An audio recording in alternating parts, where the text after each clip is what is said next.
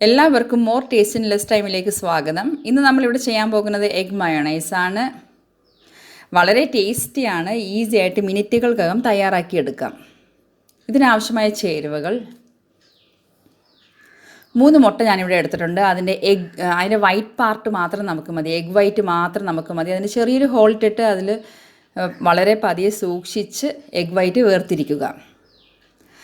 നമുക്ക് മുട്ടയുടെ മഞ്ഞ എടുക്കുകയാണെങ്കിൽ വേറൊരു കൺസിസ്റ്റൻസി ആകും, ടേസ്റ്റും വേറെ രൂപത്തിലാകും. അതുകൊണ്ടാണ് നമ്മളിവിടെ എഗ് വൈറ്റ് മാത്രം എടുക്കുന്നത്. ഇതിന് ആഡ് ചെയ്യേണ്ട സാധനങ്ങൾ: ഉപ്പ് ആവശ്യത്തിന്, 1/4 ടീസ്പൂൺ കുരുമുളക്, 1/4 അല്ലെങ്കിൽ 1/4 to 1/2 ടീസ്പൂൺ വരെ കുരുമുളക് ഉപയോഗിക്കാം, 3 പിഞ്ച് പഞ്ചസാര, ഒരു ചെറിയ അല്ലി വെളുത്തുള്ളി, 3 ടേബിൾ സ്പൂൺ നാരങ്ങാനീര് അല്ലെങ്കിൽ 3 ടേബിൾ സ്പൂൺ വിനാഗിരി.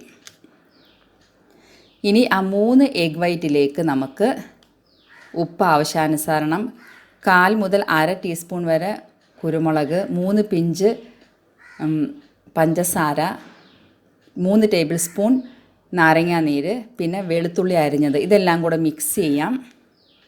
ജസ്റ്റ് ഒന്ന് മിക്സ് ചെയ്താൽ മതി. ഇനി നമ്മൾ മിക്സിയുടെ ജാറിലേക്ക് ഇത് ഇടാം. ഇനി നമുക്ക് എണ്ണയാണ് ആവശ്യം. 3 തരത്തിലുള്ള എണ്ണ ഉപയോഗിക്കാം: കോൺ ഓയിൽ, ഒലിവ് ഓയിൽ അല്ലെങ്കിൽ സൺഫ്ലവർ ഓയിൽ. 3/4 കപ്പ് ഓയിലാണ് ഞാനിവിടെ എടുത്തിരിക്കുന്നത്. ഈ 3/4 കപ്പ് ഓയിൽ 1/4 കപ്പ് വീതം 3 പ്രാവശ്യം ഇട്ടിട്ടാണ് നമ്മൾ മിക്സിയിൽ അടിച്ചെടുക്കേണ്ടത്. അപ്പോൾ ആദ്യം ഒരു 1/4 കപ്പ് ഇട്ടു, അടിച്ചെടുത്തു, ശരിയായിട്ടില്ല.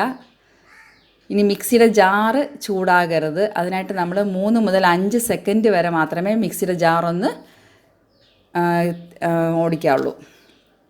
അത് കഴിഞ്ഞ് അടുത്ത 1/4 കപ്പ് ഇട്ടു,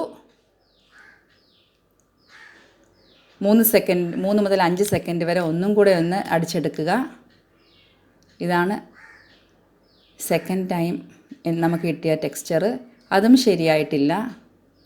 ഇനി ലാസ്റ്റ് ഒരു 1/4 കപ്പും കൂടെ ഉണ്ട്, അതും കൂടെ നമുക്ക് മിക്സിയിലേക്ക് ആഡ് ചെയ്ത് ഒരു 3 മുതൽ 5 സെക്കൻഡ് വരെ അടിച്ചെടുക്കാം.